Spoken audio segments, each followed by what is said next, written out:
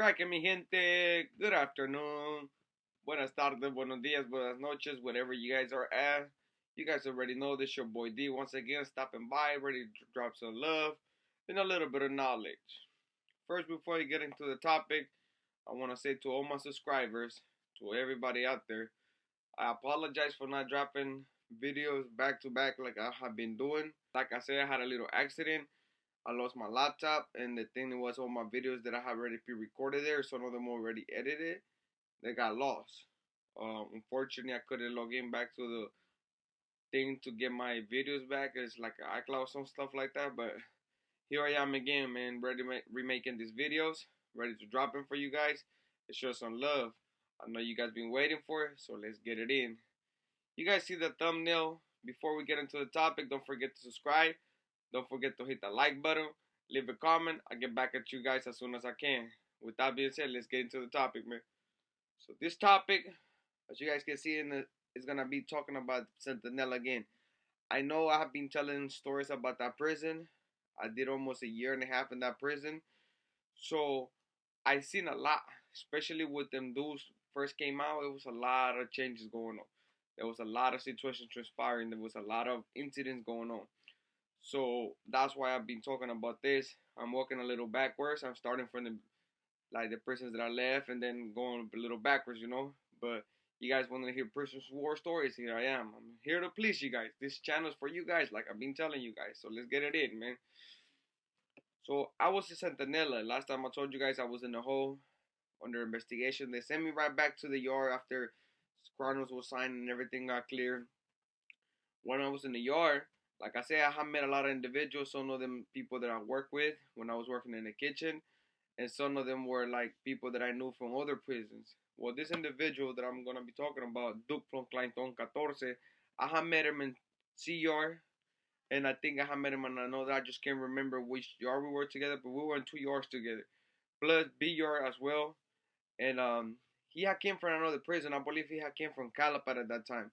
That's when everybody that was working for Turi and Güero Verde from Verdugo, that's when his whole entourage was getting hit, was getting removed, that were getting done, dealt with, and things like that. So he was part of those entourages. He's always been a politician guy. I mean, he was really involved in the politics. He was really with the business, and he had came down regarding that. Once he got to BR, he instantly trying to get involved with the dudes that were there. He started working with a few of them, under a few of them. He started doing them photos. And since, like I said, he's been around, he's been in the politic game for a minute, they embraced him because he was an older guy, so he knew a lot. Well, eventually things start getting to a point where he will start falling out of grace. The details of the why he fall out of grace, they're a little fuggy. And when I talked to him, when I saw him back, because I went back to the whole like a month after he got hit, uh, gave me a couple of details, but he really didn't want to talk too much about it. So I'm gonna just speak of what I seen the incident when it took place and what I was told by him when we were in the back. Uh, so basically, he was politicking and he was doing things he was doing. He stuck this one. I guess he was still opposing everything. They approaching regarding a situation. Like I say, he was working for Turia and one of them dudes and somebody else. I just can't remember the other person name, but I know he had dealings with Turi and there were some mad people behind that because he got a lot of people hit. I mean, when he was working for Turi, you know, those entourages went crazy. Those individuals, those entourage, they hurt a lot of homies because when they will come in and take over, they were doing what they were told. They will come in and destroy mesas and do all type of shit. So they got into pretty serious problems, you know. And plus, there was a lot of individuals now that were sitting on those mesas that didn't like him and his people. So there was a lot of get back there at that time. Well, the situation went from he fell out of grace with Toto, and Toto started trying to push the issue to get him hit. He find that out that he was trying to get hit, so he started reaching out to the people he was messing with. He didn't want to get removed at the yard. He didn't want to go through the enduring of the pain of getting hit again.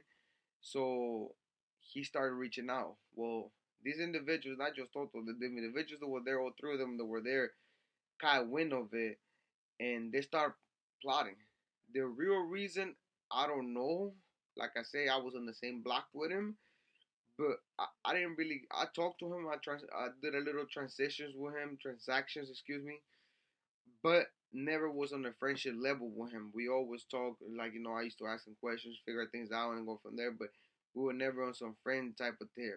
We always had a little mutual respect, and that was about it. So what surprised me one day, I know he had his phone, I know he had a clap. So one day when I got to 3 block, he approached me. He's like, "Hey, homie, you think I can buy some phone time off you?" I was like, "What do you mean buy some phone time off me? I thought you had your own clap." He's like, "No, bro. It got taken, and that's the reason why I need some phone time." So at that time, at that moment, I was like, "Man, he's putting me in a predicament that I don't want to really be into again." Because if he's in trouble when they find out it's all in time, and the reason why I took his phone, so they could they will cut his communication off, and I provide communication for him, then I knew it would create an issue for me. Um, so I told him, well, let me. I don't have it, and it was true. What I told him was true. It's like, hey, I don't have it right now on me, and it's gonna be out for the next 2 days because I have rented out. I just came out of the hole and I needed to get some sitting things situated, so I needed to move in regularly. When I left to the hole, I left one of my phones with my homeboy, so when I came back, I got it back. So he asked me basically like to find phone time. I told him the truth. I didn't have it with me, but plus I wanted to try to get an idea or a sense of what was going on. Well, I told him in 2 days I'll have the phone, bro. I can help you out then, but like I can't really do nothing right now. Plus I didn't have it with me, honestly. I I usually used to get it back at nighttime, but that was my time, and I wasn't. I mean, he didn't say it was emergency type of style, but I kind of could see it. So I left it at that. Well, those 2 days were too long for him. The next thing you know, the second day we were in day room. He didn't go out to yard, and I see these two big individuals. I don't remember their names. Don't remember the barrio, so I won't see here make up a name.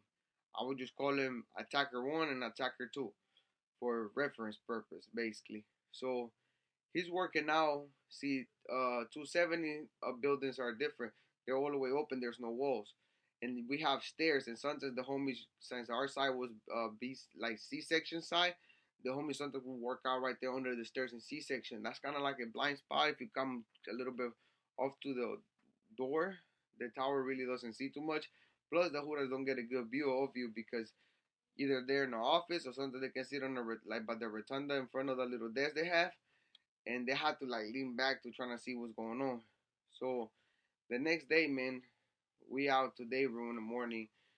I was about to take a shower and I saw a little movement, like just too funny for my taste, too funny.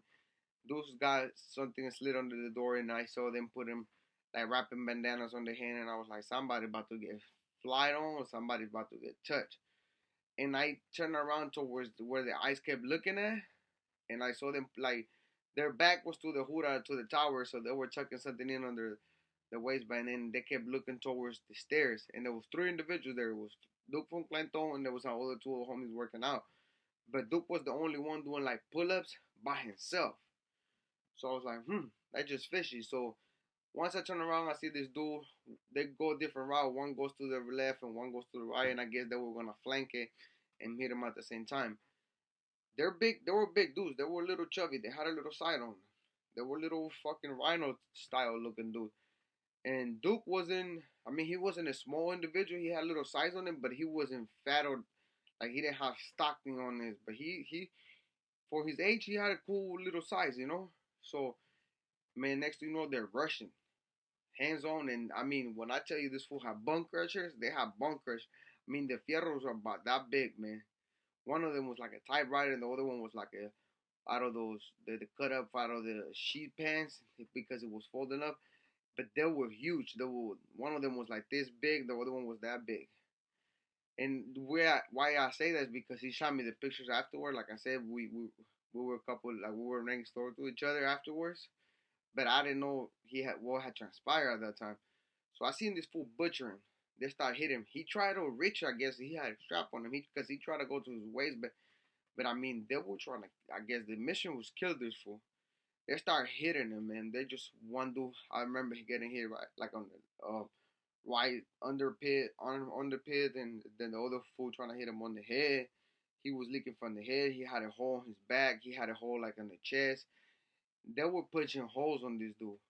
And throughout the commotion, the tower looked in and he's like, oh, he hit the alarm. He run to the gun. Because usually the towers, when they're lazy, they don't really have the gun all the time strapped up.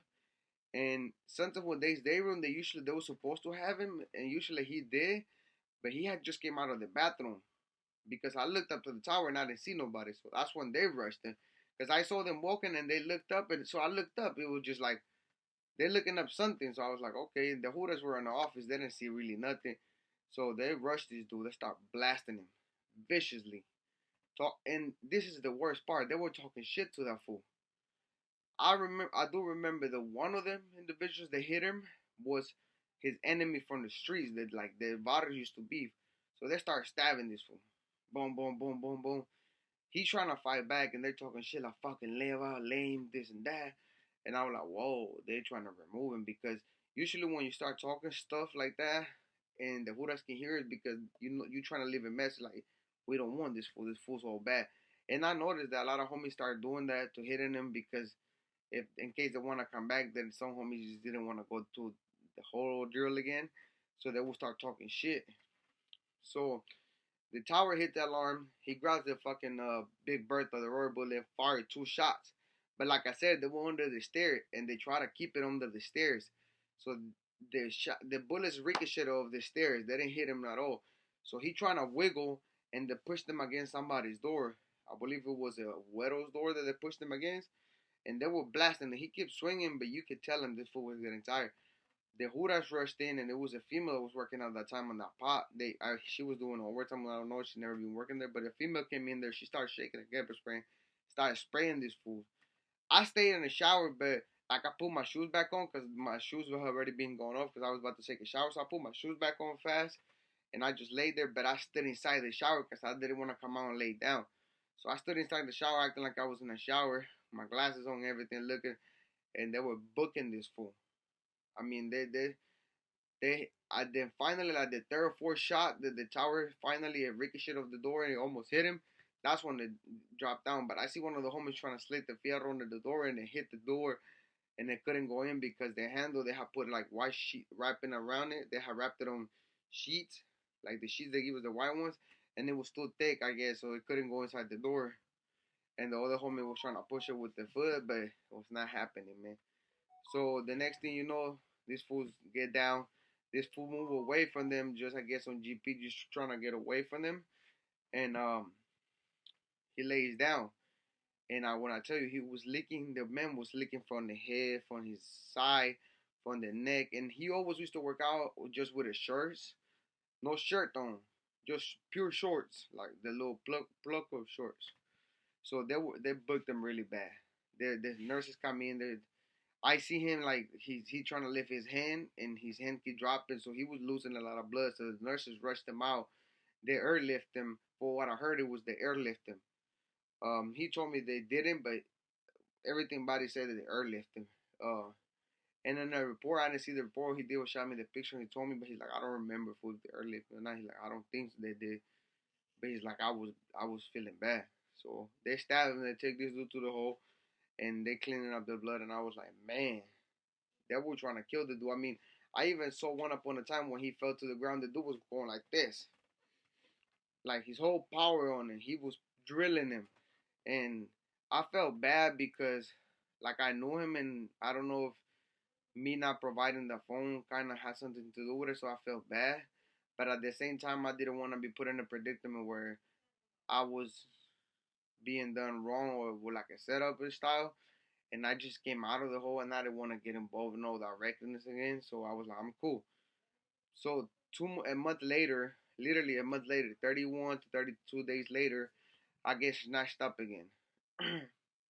And I go to the hole and I was in A section, ASU. I was in cell 3. Then they moved me, once they cleared me, they moved me into B section. I was in cell 12. He landed in cell 11, like right in the corner. No, excuse me. I was in cell 13. He landed in cell 12, the corner cell. They devised a little door. And when he came in there, I hit him up through the vent, like, hey, homie, what's up? Who are you? Because I didn't see him when he first came in, because I was bird bathing, so my door was covered, but I know somebody got there. And I remember the one of the homies knocking on the door, basically on the wall, letting me know, like, hey, somebody got in there, like, hit him up. So I jumped in and being like, hey, Spencer, are you a homie? He's like, yeah. Are you active? Because that's the question we have to ask, just for purpose, politics and purpose. And he goes, hey, for his Duke from Glando 14, but he didn't answer the question. So I'm like, oh, what's up, Duke? How you doing, bro? He's like, you okay? He's like, I'm coming back from the hospital, because I guess they had done some damage to him, so he had to go back out to the hospital, but he was barely coming back. A whole month later, he was in the hospital. They were barely coming back. I guess he had come into the pot like a week later and then went back out, because either one of the stitches, they had put him his body open, or there was some type of complication due to that stabbing. So when I jumped in the vent again, I was like, hey, he's like, look at the top of the bunk. Can you get to the top of the bunk? He's like, nah, really, homie. I was like, look, if you can, just make like something for me. I'll fly you at one time through it.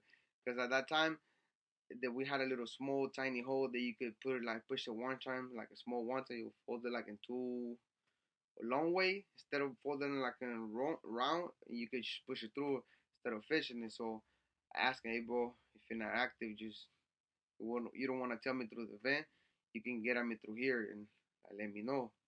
So he was like, hey, fool, you have a TV, right? I was like, yeah, I got my TV connected. He's like, they're going to bring me my TV right now. He's like, wait for it.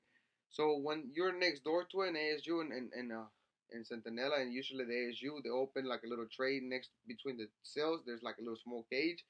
They connect the TV through there, and they open like a little small hole like this for them to put the coax cable. And if the other person got the TV, you can see through the cell. Like, if you look at it, you can see it. And I had a hook. Basically, I could turn on the light off. I had a little hook that I could push through the hole and grab the light and boop, turn it on. So I like, if I'm gonna turn on, I got a little spear, like a little hook, and like, you don't want to fish through it, we could do it through here. So he shoot me at one time. He like, I haven't checked in yet, but like, I'm thinking about it, bro. I'm done. I'm tired of this stuff. Look what they did to me. He shot me his pictures, and man, the fierros, the pieces they used, they were deadly, man. And he was like, it was behind politics, bro. They did me wrong. It wasn't supposed to be this way. They were supposed to at least give me a chance for me to explain myself. And then this dude wanted more money. He was like trying to store me. I don't know who he was referring to, but he kept saying him. So I was like, man, that's fucked up, bro. He's like, I'm like, so that's it, ya estuvo. He's like, I'm thinking about it. I don't know what to do. He's like, what's your recommendation or what you think? And I didn't want to be the type of person to be like, hey, fool, yeah, go ahead. But I told him, look, bro, how long you had to the house? And he was like, I'm a lifer, but the new law probably is going to give me a chance. I was like, a chance to go home? He's like, yeah. He's like, my paperwork just came through a couple of weeks ago, and that's why I don't want to, I'm having a chance. I might go back to court, and then they might take some the L off me, and that'll probably give me time served, because he had like 20 years in the system. So I was like, I told him straight up, bro, if you feel like you're not being appreciative and they do you wrong, they're gonna do you again like that, bro. So make your decision based on you. I cannot tell you go this, go that, but our conversation is gonna stay with me, because I had seen so many things done already that my mind wasn't the same. My thinking and my process wasn't the same as what I looked at the pseudo the program. It was already tainted. It was already contaminated with thoughts of people getting almost hurting, almost getting killed behind dirty politics. So I didn't really agree with a lot of stuff. So I started losing respect for what we stood for once upon a time. So when I told him that, I came sincerely from my heart. I mean, I know that I could have got in trouble if he would have decided to show that guy to the homies, but I didn't really care. I was single cell anyways, so they couldn't get to me. Nah, I'm just playing. But I mean, um, it was just like I lost respect for everything they stood for, everything, all this new program, all these new rules, all these new things that they were coming up with. I didn't agree with it. Seriously, I didn't agree with it. So he was like, gracias, homie. And then he went to committee that Thursday. He came back. And he didn't answer the homies because he told him he was tired. They had just done some type of procedure on him that he would get at them later. So he goes to committee the next day, which is Thursday. He comes back, and we hear the CEO, here's your chrono, my man. He's like, just get ready. They might send you to the yard here. I was like, oh. So he's like, hey, if we have to, I checked in, bro. Let the homies know that I said. So I knock on the cell. No, the homie next door to me, he was in cell.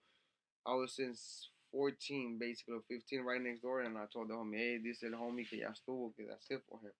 He's like, all right. And I guess he did what he had to do. He said no, the wheelers. And the reason why I was in that cell was because I had access to fish to A section. So when the homies come in, usually all the homies that come into the hole, they always get put in A section. Sometimes they get put in different sections, but 9 times out of 10, if A section is open, that's like the orientation thing. After you see committed, then they send you throughout the whole other little buildings and stuff like that. The whole little hallways, basically. So tiers, or whatever you want to call it.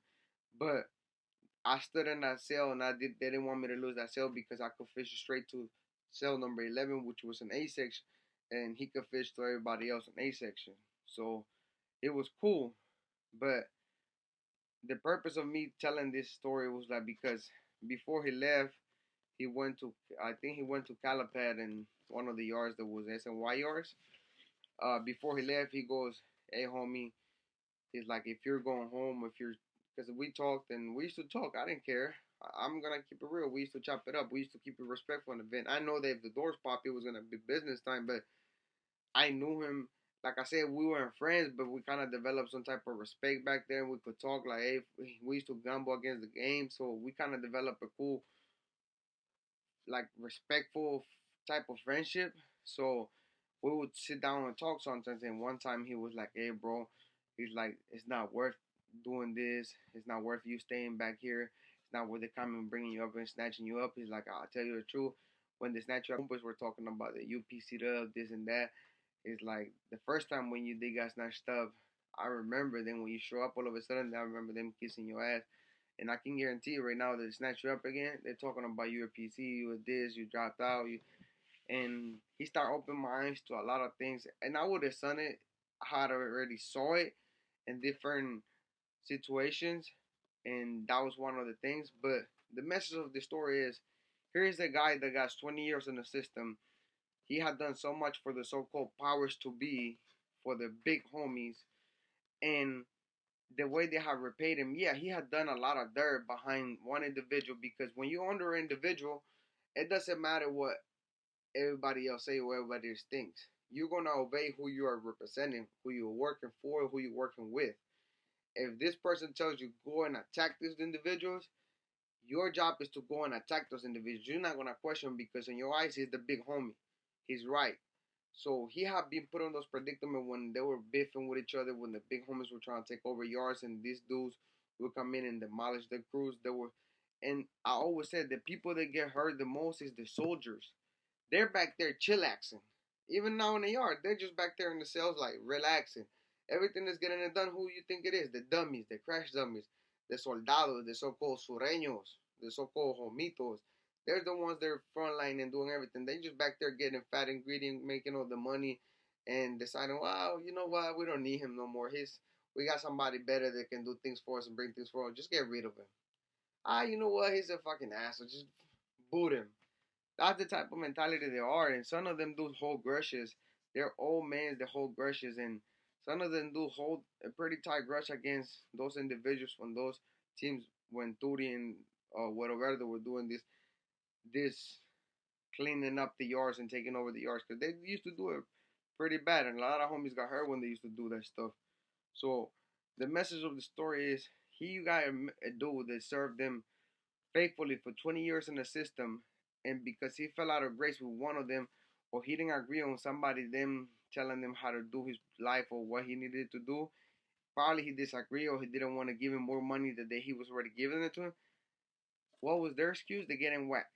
What was their reason? Getting killed.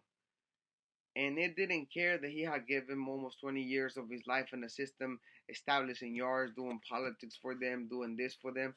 That did not take into consideration. They were like, just kill him, get him out the yard, fuck him. And this is why I'm doing this. This is to prove you guys right. I hear so many comments, oh, you have basura, show your face, this and that.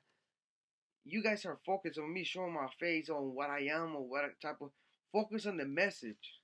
Look to your right, look to your left. See all these kids, they're doing this stuff they're doing that shouldn't be wrong. I saw a video earlier somebody shared with me of 3 youngsters in San Jose going to a high school armed trying to kill the so-called norteños.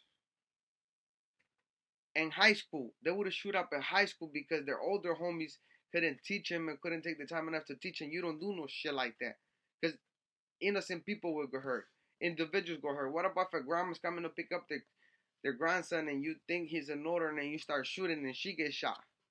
Now, because the homies told you to go clean up some stuff, now you shoot this old lady. Guess what's gonna happen to you? You're gonna get done wrong. It's time for you guys, for these youngsters to wake up and open their eyes and see what is worth it. What's really worth it? You going to prison, or you being a so-called badass gangster, or you getting a career, making your money, being somebody out there in society that can provide for your family, can take them out of your hood and give them something better. You can still give them something better while in the hood. You can build companies. You can do this and that because you guys nowadays have the technology at your fingertips. These kids are so smart and bright, but you guys are throwing you guys' life away over a color of a number because what your homies are telling you guys to do. Nah, man, you can think for yourself, kids. You guys can think for yourself. You guys can open your eyes and say, I'd rather be somebody in society than somebody in jail, in prison. There's no type of fame coming from you being a hitter in prison or you being a commander, regime, soldier, or general. That stuff is for the ducks and the birds, man. Open up your eyes, youngsters. See that the game banging life is not what it is. It was not what it was back then. And all this, oh, you know what you got yourself into, so why you crying out? Bullshit. They didn't tell us, hey, we're gonna build this system around you guys, and this you guys enemies. You guys gonna do this, and then when we come out, we're gonna change it all. They didn't tell us that. They lie. They're liars. They're manipulators. They want youngsters to keep doing their biz because so they can sit back and enjoy their sweet ass time.